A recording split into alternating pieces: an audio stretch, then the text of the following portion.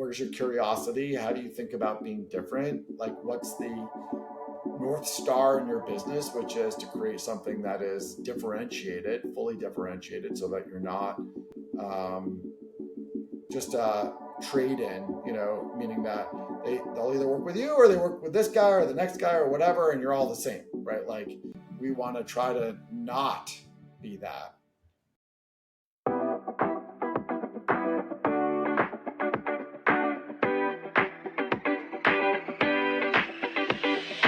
This is the Snarketing Podcast, for marketers, by marketers, talking to marketers with just a touch of snark.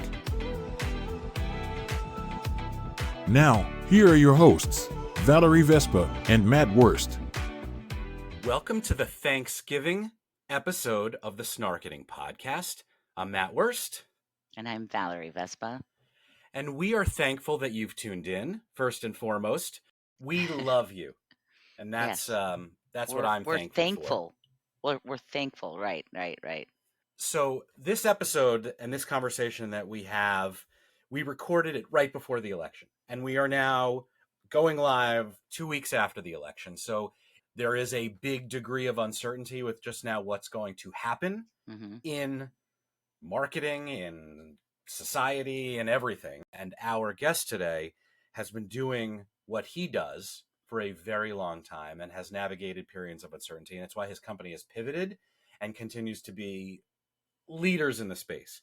I just think it's a really great guest who has such an entrepreneurial spirit and has forged a really impressive path for him and his team there. And I think it's always fun to learn from people like that.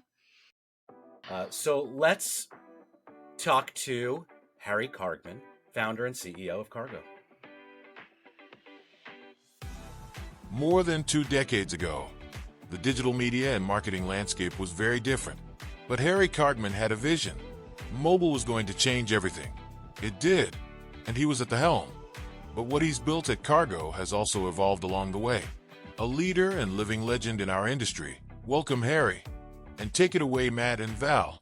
Harry, welcome to the Snarketing Podcast. It is wonderful to have you here. I'll admit, we tried to get you as part of our live at ANA recording session, but your schedule was crazy busy. So we are grateful that you have joined us virtually here in studio. Thanks for being here. Love being here. Thanks for having me. So we've got a lot to cover. There is just so much happening, whether it's from a technology and media and marketing perspective, or even, we are days before the election, listener, just to be totally transparent about when we're recording this. But before we get into all of the uncertainty, I'm sure there are a few things that you're probably certain about, which is how you got here. We'd love to kind of trace back and kind of follow your path as you've grown and built really a pillar in our industry. I mean, KARGO is such a recognizable name and force in mobile advertising, and you've had this incredible journey going back now. Is it okay to say that we can measure it in decades? Is that okay? Oh yeah, we're at 22 years. Okay. So I would love to go back to the beginning, because this is a company that you built really early on in your career. What were you envisioning for KARGO when you were first starting out? Well, I think let's start. I was probably fully unemployable, just because, I went and I did the BCG thing for a summer, and I worked at Intel and its venture group, and I went to one of the portfolio companies. But I think probably after 3 or 4 years starting a company, which is not necessarily working all that well, and I would say the first 8 years of KARGO were not necessarily anything to write home about. You're pretty much unemployable at that point, because people are like, what have you done in the last 8 years? And you're like, not much. So it's I'm glad that, it's a great testament. And I think, for all the listeners, it's a great testament that perseverance, ability to change. And then we probably had 5 pivots since we started the company. I don't know. I wouldn't call myself a king of anything, but I was probably a joker, as in like a deck of cards, but a joker of ringtones and images. I wasn't quite a queen, certainly not the king or ace, But I had built a pretty good business around ringtones, images, games, personalization prior to the iPhone and Android devices coming out. And we were working with wireless operators. That's really how we got started. It was a software business and services business that enabled what we called at the time value-added services, ringtones, images, games, content services, news, weather, sports, that came through on your flip phone, not no iPhone and no Android. All predated those, which is what we use today, of course. Do you remember what your Predate first ringtone was, by the way? Do you remember what that first ringtone was that you had on your Not the phone? first ringtone, but I can tell you the number one ringtone we ever sold was 50 Cent in the House. But it wasn't the like the stereophonic version. It was like the monophonic, like dee doo dee dee dee doo. Yeah, like the Nokia So that ringtone version of a hip hop song. exactly like Yes. the Okay. but we still sold many millions of those, which was hilarious. We had some flying toasters. That was if you remember that worked out well for a screensaver as well. So like we started with the thesis that the mobile device would be a critically important device. Would be the remote control to your life, Great and foresight there. we didn't know what or how. Like if you really think about it, the mobile phone beyond the services that you see out there, it is Uber doesn't exist without it. Neither does Lyft. Neither does Grubhub. Neither does any of the delivery services, and nor does really, frankly, any of the social platforms. TikTok doesn't really exist outside of the mobile phone. So suffice it to say that while Cargo has been an extraordinarily fun ride, and I'm so proud of what we've done, certainly the thesis of the mobile phone's going to be big, I sort of captured that. I got on that train, but certainly not the engine on that train or the first couple cars. I figured out that mobile advertising is, sort of, I would say that that's sort of to the tail end of the train when you actually look at Facebook, you look at TikTok, Meta, you look at Uber, et cetera. But I'm still, again, figuring out that the business model around paid content is not going to work, and that advertising was going to be and is a critically important component of services and content on the device. I'm glad that we've sort of figured that out and pivoted to drive that. But that the thesis still remains, which is, that the mobile device is a critically, if not the most important device in your life. And the reality is that things pivot and evolve. You can't just stick with one thesis and believe that that will be, forever. It just isn't. Right, the consumer's constantly changing. What has been key to staying adaptable in this industry? What are some of the things that like you're constantly iterating on with your team to make sure that you stay sort of, or you can just speak to some of the recent kind of changes that have happened in your business that have been really supporting your growth.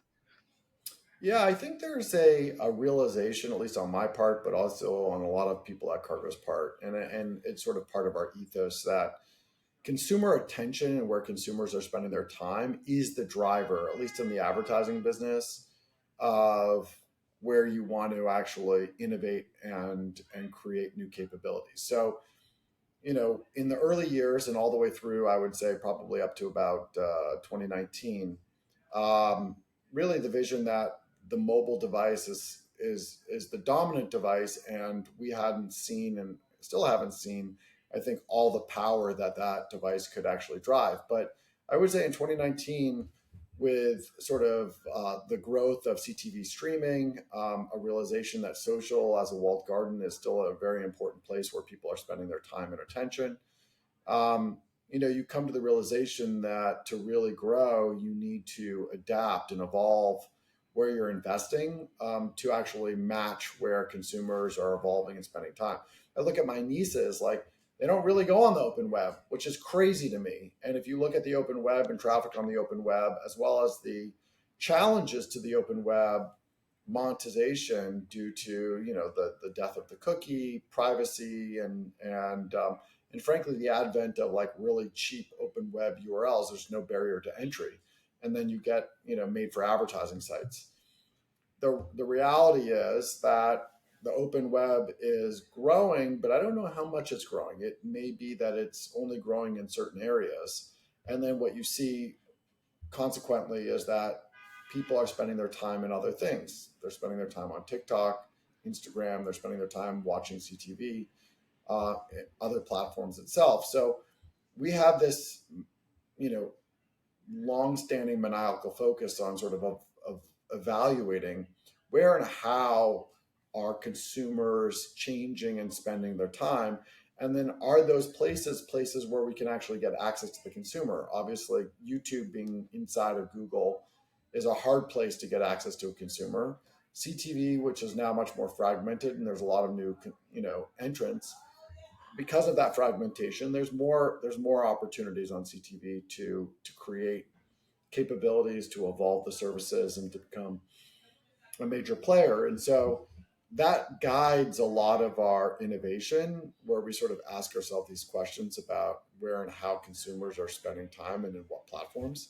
And that drives, is there a business model there? Can we do something different? We're constantly checking ourselves to make sure that what we're building and doing and creating is differentiated. And if it's not differentiated, then you have to ask yourself, why are you doing it? Because I think over time, commodity businesses are always challenged unless you actually control something exclusively. Right. Okay, so there's a lot to unpack there. That was a masterclass, maybe MBA semester in a 2-minute answer. As we are in November now, and this is the time when everyone's making their predictions for the next year, I look back on past predictions and I think for like a decade, the next year was going to be the year of mobile, right? How many years were we saying that? And every year was the year. I don't know. Was there a year of mobile that it actually was true, or was it just a more evolutionary Evolution. experience as I would opposed say to just like 2018, 2019, it certainly hit its stride, meaning that it went from a question of, is this the year of mobile, to mobile is certainly dominant. Now, how much more can we get out of it? How much can we grow it? It wasn't like, oh my God, it's totally underserved. Our investment is underserved and we're not doing enough there, which was basically 2017, 2016, 2015. I think COVID helped, frankly. I think COVID was an accelerant to adoption because people are in their houses. Frankly, you're not leaving your house, so you're in your house. Computers, for the most part, are personal, but phones are very personal. So if I watch my teenagers who are in my house during COVID, sometimes I'd go downstairs and watch TV, but more times than not, they would like wake up in the morning, like pull up their covers, like plump up their pillows, and they'd be watching whatever they're watching on their mobile phone, in their bed. And like you wouldn't see them emerge until the afternoon and when they got really hungry. a super spreader of content, if you will. Super spreader of content, no question. Very viral. I even look at like search like the tried and true, like who like Gen Alphas are like going into Google on like the open web and just like searching for something. Like it's not something that's gonna happen like down the road. They're searching in their social media platforms. They're finding. I mean, I think my 13, or now he's 14-year old would be more apt to go into Chat GPT and ask a question of something versus going into the Google, open web. So like it's just, I don't know. I think things are just changing so quickly. Things are no question, and what I've noticed is that things change to whatever platform is allows the laziest interaction.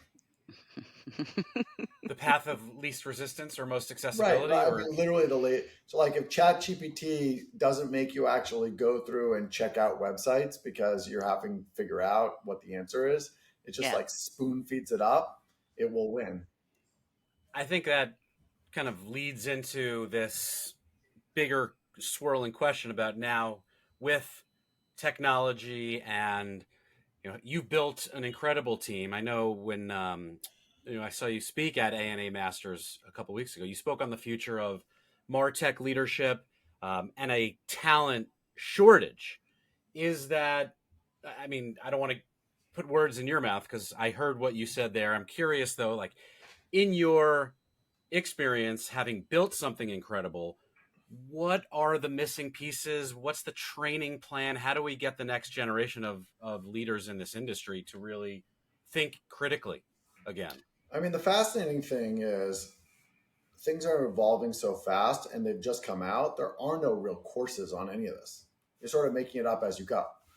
And so the question is, who has the level of curiosity and the ability to sort of figure it out on their own? I think most people are waiting for somebody to spoon feed them, this is how you use it, and this is the best practices, and this is the coursework, and we're going to give you some homework.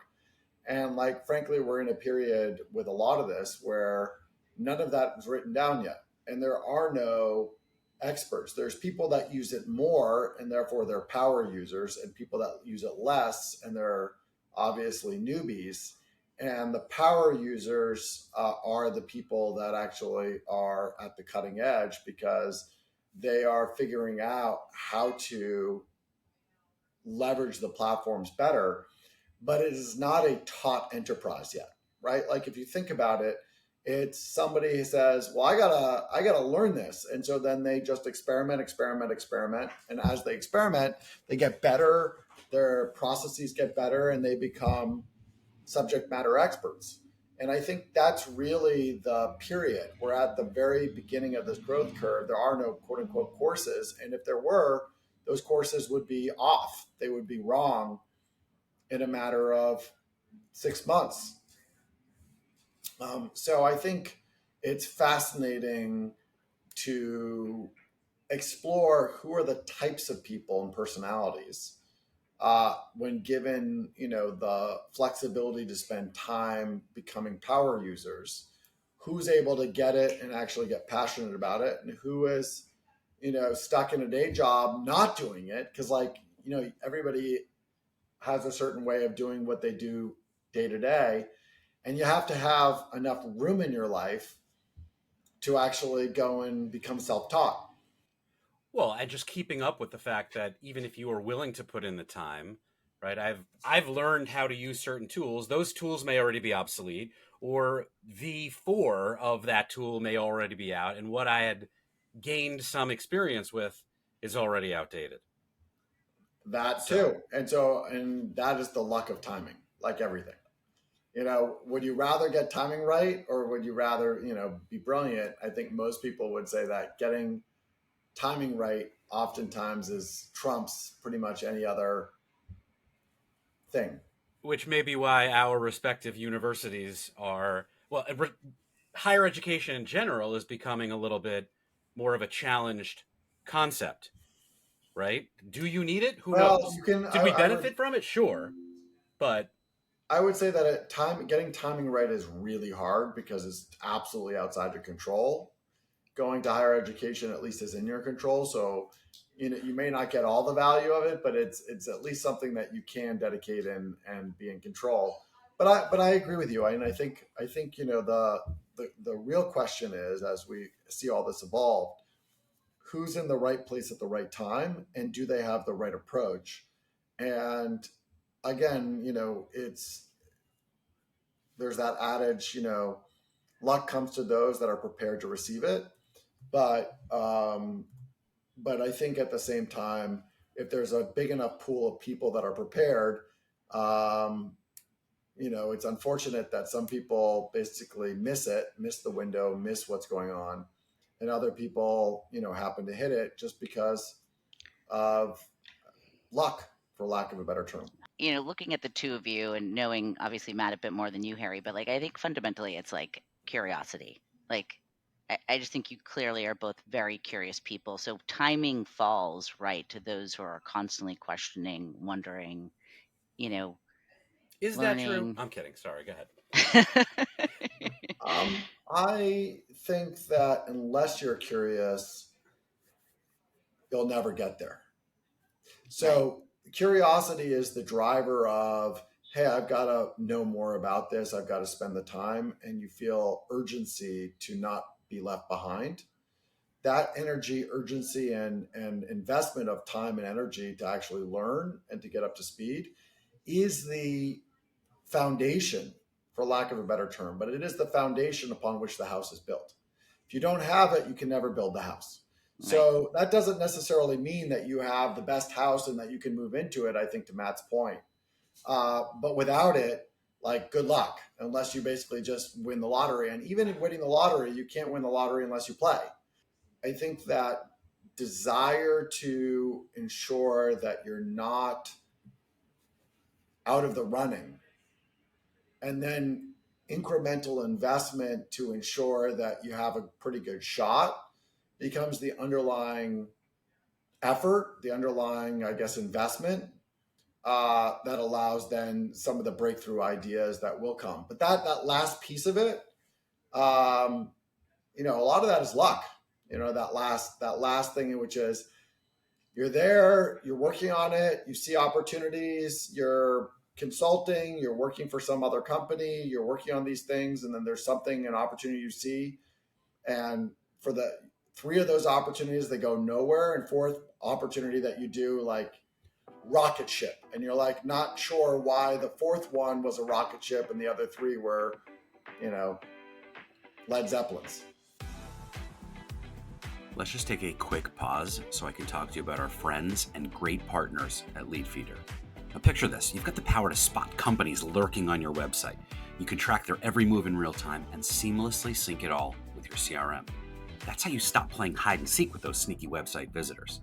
And that's what Leadfeeder does. It's not just a tool, it's your secret weapon for unleashing the lead-generating beast within. But wait, there's more! Leadfeeder goes beyond the basics. And with customizable notifications, lead scoring, and GDPR compliance, you'll be closing deals faster than you can say, cha-ching! I don't know, do people still say that? But if you're ready to kick your lead game up a notch, visit leadfeeder.com for your free demo today. That's LEADFEEDER.com. So if you are a believer in the combination of talent and skill, or what Angela Duckworth, a former professor I know from Penn, talked about, grit, right? It's a combination of being in the right place, but also having that skill set. So as you guys have now, I don't know, Kargo 7.0, if you've pivoted 6 times, how and where are you incorporating some of this new technology, whether it's generative AI or, we've talked about CTV, but understanding where and how, either from behind the scenes perspective or with your customers and partners, those tools are being implemented into Kargo strategies? At least our approach, and we're pretty pragmatic about it, is to use these platforms as tools to make an existing practice or something that was problematic less problematic. And I'll give you a great example. When we look at the advertising space and wanting to go into CTV, there's 2 fundamental questions around CTV that you have to answer. One is, what's the inventory? And you have to have a very straightforward approach to acquiring and partnering to actually get access to streaming platforms inventory. We've done a good job, and that's straightforward. You can't be a CTV provider platform unless you actually have access to all the great places, whether it's Max or Paramount. You got to actually have a platform that can be integrated there so that you can actually serve it yourself and do frequency capping and targeting and all this other magic stuff on top, no matter what those things are, right? So you start with the basics, which is, can you integrate a platform that you have control over that integrates directly into all these other CTV platforms that gives you then access to huge amounts of inventory? That's number 1. Number 2, you're thinking about, like, what are the product, services, targeting, measurement that you're developing on top that gives you a proprietary, unique edge. And so we're developing all of those sets of capabilities, novel ways to target moments, figuring out, where and how do you show up? Is it just standard 15s? Or if you're really trying to do something that goes beyond commodity, can you come up with new formats, overlays, other things integrated into the show that gives you something different, totally differentiated and unique? So that's like step number 2.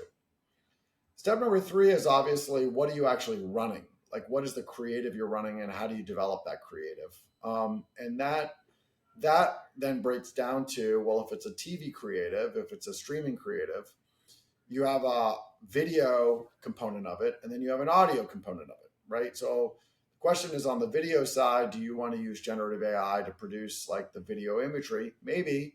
My gut instinct tells me that it's not quite there yet. It looks a little fake. And, I just watched the new Indiana Jones movie where they use AI to make like Harrison Ford younger. And he definitely had like fake putty face. It's not quite there yet, right? Like, it's good. It's pretty interesting. It's getting there. It's not but there. It's not. Yeah. Okay. It's not there. It didn't look super realistic. The audio side, can you actually, with right intonation, write a script where it's not actually coming up with a script, but you're coming up with a script, but it's in written text, and have the audio voice that written text with enough human intonation that it really drives for the consumer. That does sound like they don't know who that is. It's not John Hamm, for Mercedes. It's, most of the voices and voiceover actors are unknown, but can you drive an equivalent or near equivalent, at least on the audio part, to that CTV? Because then if you can do things like slideshows for the video part. You can use TikTok or Instagram assets for the video part, lay it out in such a way. And then the problem that you're going to have is the audio is really bad, unless you're borrowing audio from another commercial. But I would argue, hey, if you can actually inexpensively produce the audio without actually getting anybody into a audio booth, you're not renting time, you're not creating scripts, you don't have to direction and production and all the rest, and you marry that up against something where you're using existing assets on the TV side, now you have a zero cost 15-second TV asset. And you can produce multiple variations of that and almost do it like a dynamic creative optimization where you pick the right variation based upon the outcomes that you're looking for. And now you're treating CTV more like a digital medium with sort of targeting, dynamically created content. It's a totally novel approach to CTV, leveraging what makes CTV different from that of linear, which is it totally is addressable. Can be less expensive to serve it. It's much more long tail. It's much more fragmented. Ad serving is a much more practical and useful methodology for actually serving from your side into another side to actually get that CTV commercial served. You have all of these new fundamental features of CTV that never existed in linear or cable because that was a one-size broadcast medium fits all. That if you leverage it and create something new, then you're doing something that hopefully will take off. And so, where do you think the brands are in adopting that? We're running campaigns right now. We're doing it right now. That was an acquisition we did with Video Byte, and we have a lot of brands that are testing and learning. They're not spending huge amounts of money behind it yet, but they're spending some money behind it, and they're looking at the results. And the results are getting better, and the product's getting better, and the cost structures, very attractive. The targeting is extraordinarily precise, and it's a new way that's not going to necessarily totally displace that of the big, beautiful brand creative that took millions of dollars to shoot. That still has its place, and I think that brands will find huge amounts of value with it. But this will displace all the crappy local CTV commercials or the CTV commercials that they put together without a lot of budget or a lot of thinking, or it looks, it's not that good. This will replace all of that. Did we just solve the brand versus performance question right there? Is that it? Maybe not yet. I've never struggled with that dichotomy. I think that people see TV as a brand medium, and linear TV probably certainly is, but CTV isn't linear, and I'm not that interested in just taking what happened over here in linear and cable and just trying to run that same exact playbook and say, hey, I have a little bit of extension because it happens to be a streaming platform. That's interesting. There'll be companies that do that, and there'll be companies that do that and make a lot of money doing that.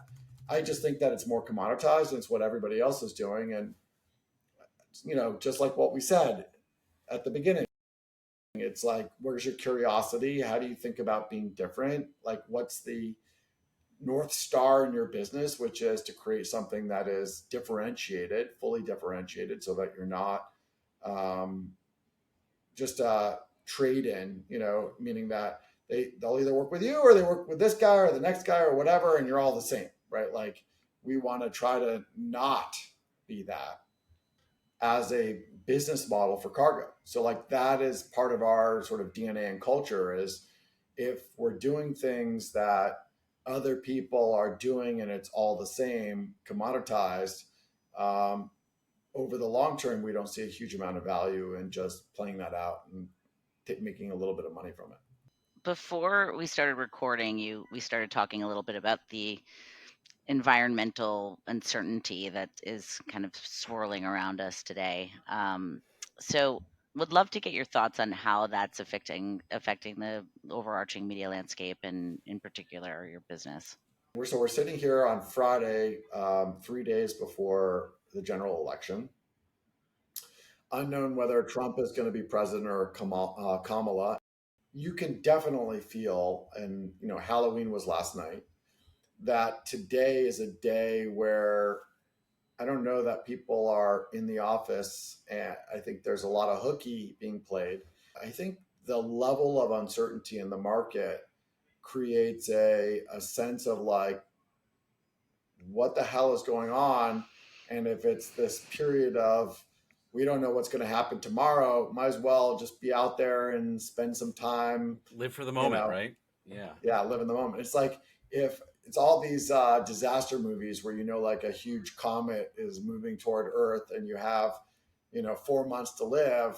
Are you still showing up at the office, or are you like, fuck that? Like, I'm gonna go and do the asteroid is coming. List. Go to the beach, right? Yeah, exactly. So, so I don't know that necessarily we're in that exact situation, but certainly there is an element of that, I think, in the air today. And what does that mean? That means marketing budgets are not necessarily spent for Q4. There's a pause. There's a desire to get more certainty, I think. And so like what we're seeing in our business is that even in talking the last couple of weeks, things are being planned just in time. I think there'll be a huge amount of incremental after certainty is established. Is that next week? I don't know. Is it the week after? Is it the week after that? But the one thing I do know is that most marketing budgets are locked in at the beginning of the year, or even the prior year. There's an expectation by the controller, the CFO, whatever, that you're going to spend the money that's been allocated in the budget because you need to, because that's what's going to make the business grow from a marketing or media perspective. And that if the CMO or the head of media or the agency has paused because of the current condition that we're in, the real question is what's going to happen between, call it, a few days before Thanksgiving, prior to Black Friday, and through the end of the year in terms of incremental media spend and people basically just saying, I've got to exhaust these budgets. Now's the time. We have more certainty. The election is passed. Whatever's going to happen. I'm interested and curious to know just what is the full scale and extent of that pent up demand that is that's basically on the sidelines due to uncertainty. I'm sure we can find a lot of ways collectively for how to spend that money in a fun way, but that we'll come back and visit that. Okay, so with that in mind, I have to go back a few months and ask you about something that I know took some time to plan. And I talk about going to the beach thinking an asteroid might be coming as a joke, but I was on a beach in the south of France 6 months ago and looking up and seeing 1,000 drones, which must have taken months to plan. And we don't need to talk about your marketing budget per se, but that was a big deal, right? Everyone saw it. Everyone knows who you are already, but this kind of made it even bigger. But yes. Cool. So I'm curious, was that something you plan? Like, how long does something like that plan? That is dedication. That's dedication. And it's more complicated than I think people realize. People sort of saw it as like this brilliant piece of like guerrilla marketing. And I'm like, there is zero gorilla in this at all. I wish there was, but it's like zero. So first, like, did you get permission from the Cannes Lions? Oh, yes. And not only did you get permission, but like the year prior when we tried not to do it with permission, and it wasn't like obvious, like we were just like, we're up over the water. What does this have to do with Cannes Lions? Yeah. We have to get permission from the mayor of Cannes, this guy, David. And he basically said, well, if you're not an official partner of the Cannes Lions, I refuse to give permission. Talking about like Mafia. yeah, I mean, Well, but like more power to Cannes. Of course, they've gotten everybody there. They're the driver, so like good for them. Good for them that they are that integrated into the cultural fabric of Cannes. Of course. The basically when you need mayoral permission, he's turning back to the festival and making sure that all the I's are dotted and T's are crossed. But it's not just the mayor of Cannes. You need, obviously, if you're launching it from a barge or a boat, which is necessary. Well, how do you get that boat there? And is it big enough? And it's a barge. So like that barge that everybody was looking out and thought that the harbor was being dredged. That was my launch pad. So like, sorry for the, that ugly, I thought that was Gary Vee's newest yacht, but see, I didn't know. There you go. That pirate ship. People thought that it was Greenpeace and they were going to come up on and skewer all of us marketers and media companies. Right. But literally that was a running joke that Greenpeace was here to, teach us all a lesson. And it's literally the cost of having one of those super yachts to have it for the week. So that actually cost more money to put that barge there.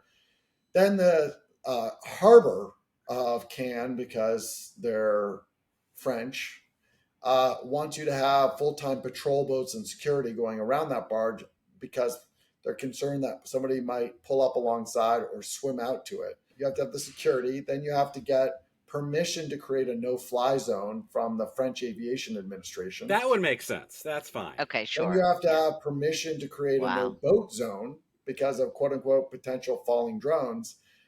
And so you have to have police boats out there during the time that you're flying. And then there's 50 other things that permissions and the harbor and the town and the city and the police that you have to all put into. These are all the important things you learn that go into being an entrepreneur and a CEO, right? That you wouldn't have gotten at university. So it started from an artistic place where we really wanted to inspire awe. We wanted people to basically say, wow, I've never seen anything like this. And then say, well, who did it? And then you'd have the Kargo logo. This is really a labor of love production first and foremost to really wow and inspire from a creative perspective, because we have, we think, the most creative audience, because that's what the whole Cannes Lions is traditionally been about. They're there for, in theory. The challenging part, of course, is that we have to do better than ourselves every year. So while we thought we did the best that we did the prior year, you got to do better the next year because people are coming out. And that certainly is for 2025 versus that of 2024. We're already starting to think about. Maybe that's where you announce the election results. By then, maybe the votes will be counted and you can announce in Cannes who the winner of the U.S. presidential election was. Well, if Trump wins, we'll just have a Trump head going in 360 for all 4 nights. Actually imagine that. People will be like, talk about getting a lot of attention. You would certainly inspire awe. So kind of changing it up a little bit, going back to you, you've led Kargo through many, many years, 22 years, hundreds of millions in revenue. What piece of advice would you give to young entrepreneurs in ad tech who want to follow sort of a similar path?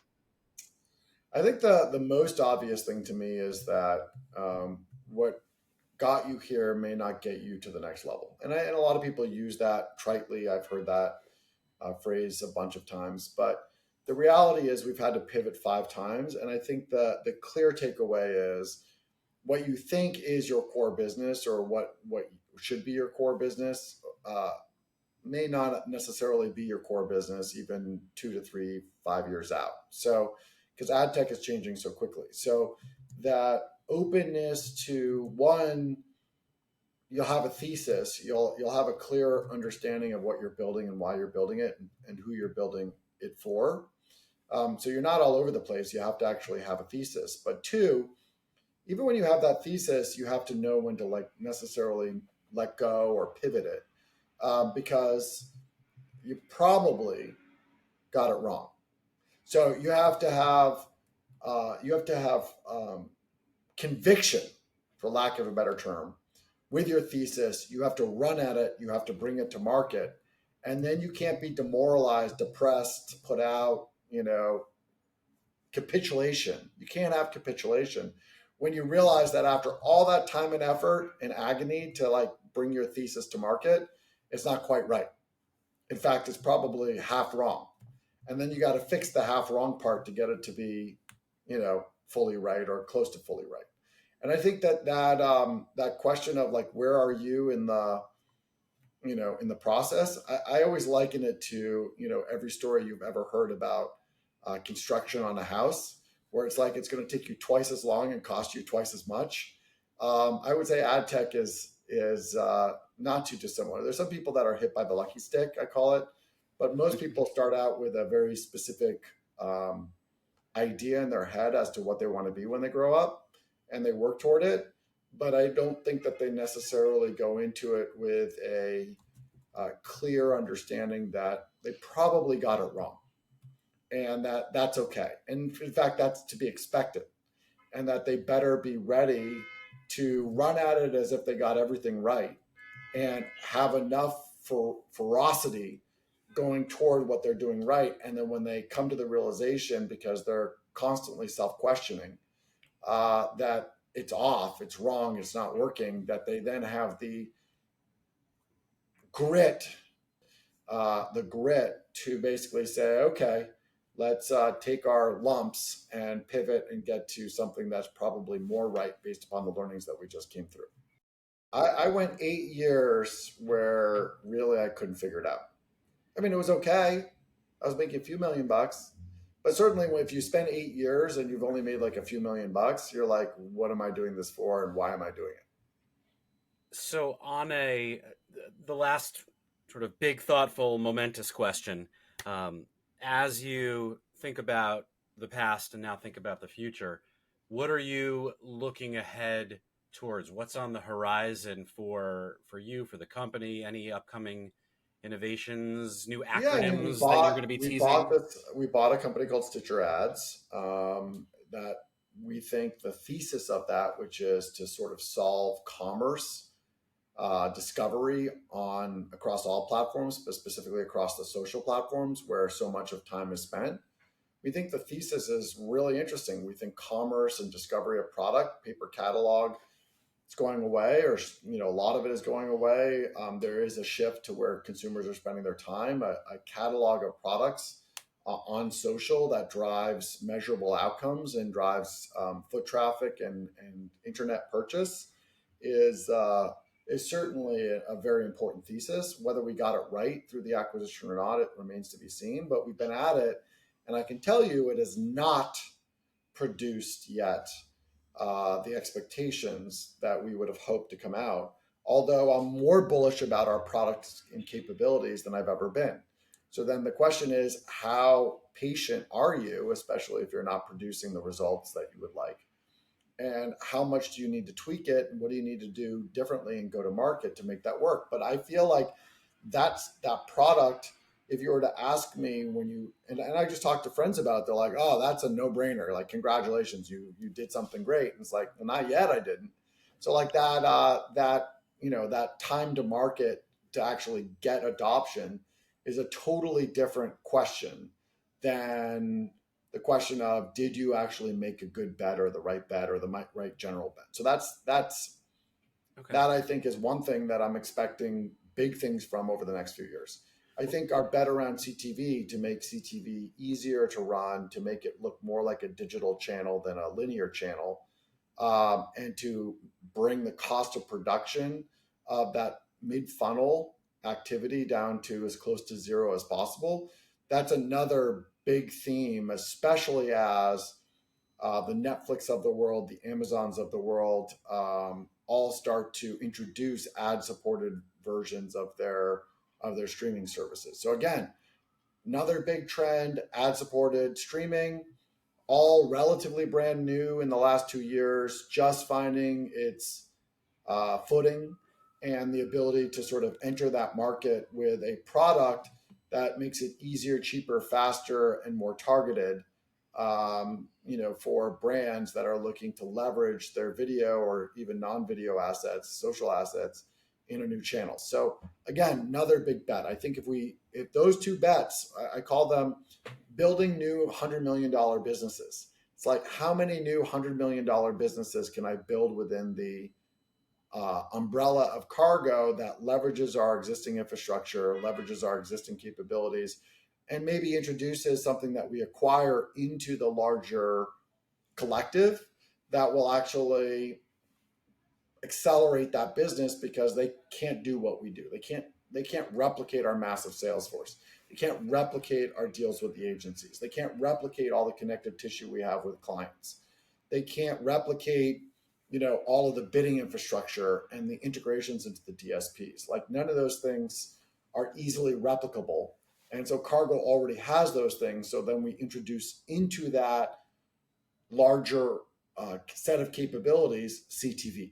We integrate into that larger set of capabilities commerce catalog and product discovery. So like, that's how we think about our roadmap. Well, a wise person once told me that it may take twice as long and cost twice as much, but as long as you're patient, it'll probably work out. I can tell you that we were definitely hit with the lucky stick today for having you with us. So thank you, Harry, for doing that. We have a couple of quick lightning round questions that we like to end with. First one, someone you would love, with whom you'd love to work in the industry that you haven't yet worked with. Ooh, that's a really good question.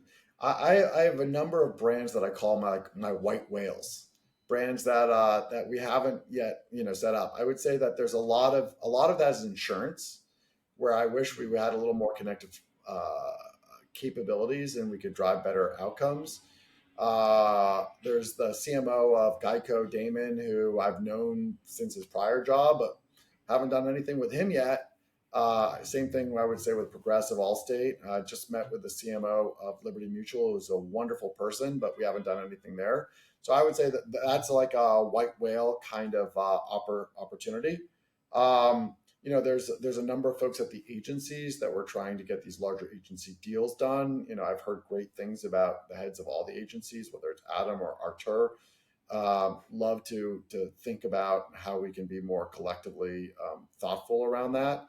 I just had breakfast with Jeff Green, and I thought it was a really interesting breakfast. We definitely are approaching the industry from different sides of it. I hear supply and demand go together in some way. Yeah, but it's not even that. I'm saying I want to decommoditize everything, and I want to have something exclusive, unique, and different.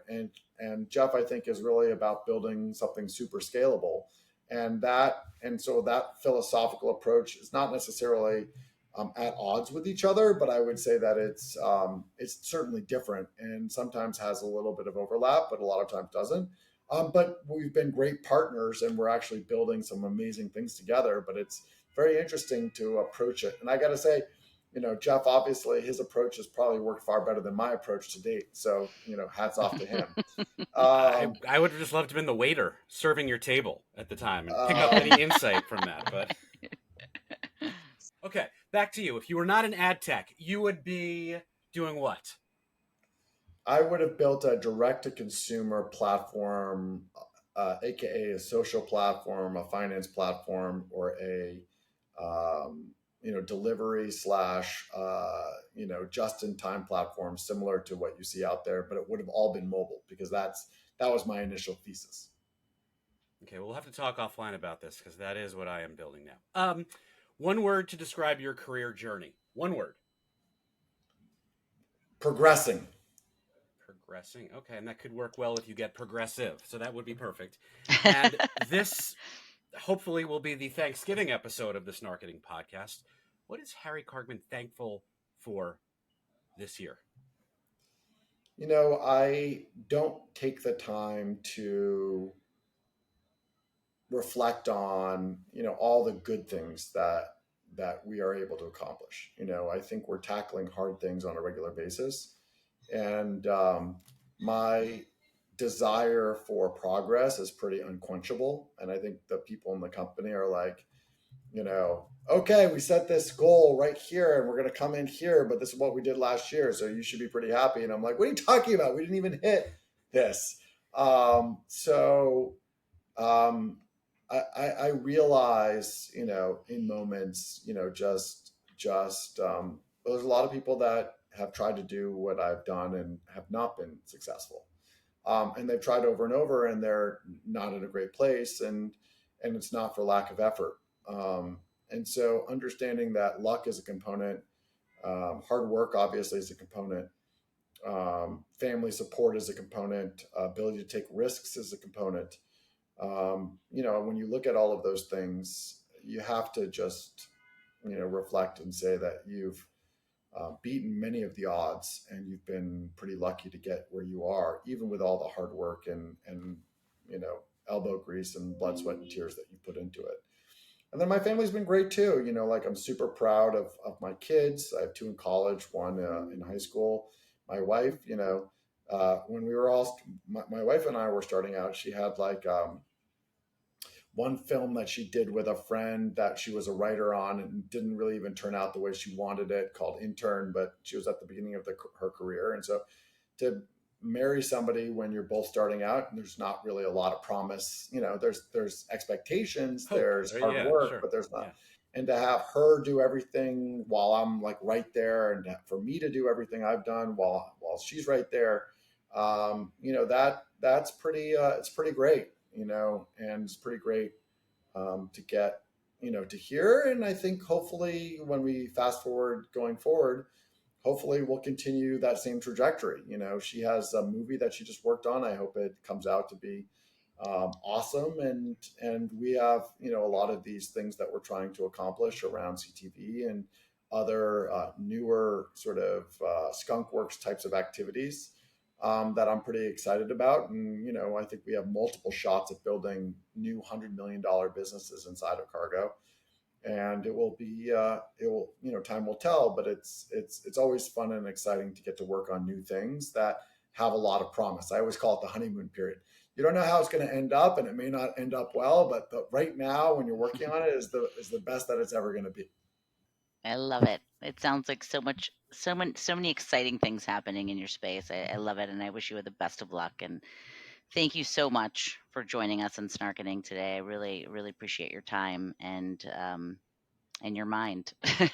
Yeah, thanks for having me on the show. It's always fun to talk about and reflect on, frankly, because I just don't spend that much time doing that. I'm mostly just moving forward. I rarely look back. So always fun to think about this past year and before then, and sort of go back and think about the story. Yeah, we are thankful for you. A long way. So thank you. Yeah. All right. Thanks, guys. Really appreciate having me on.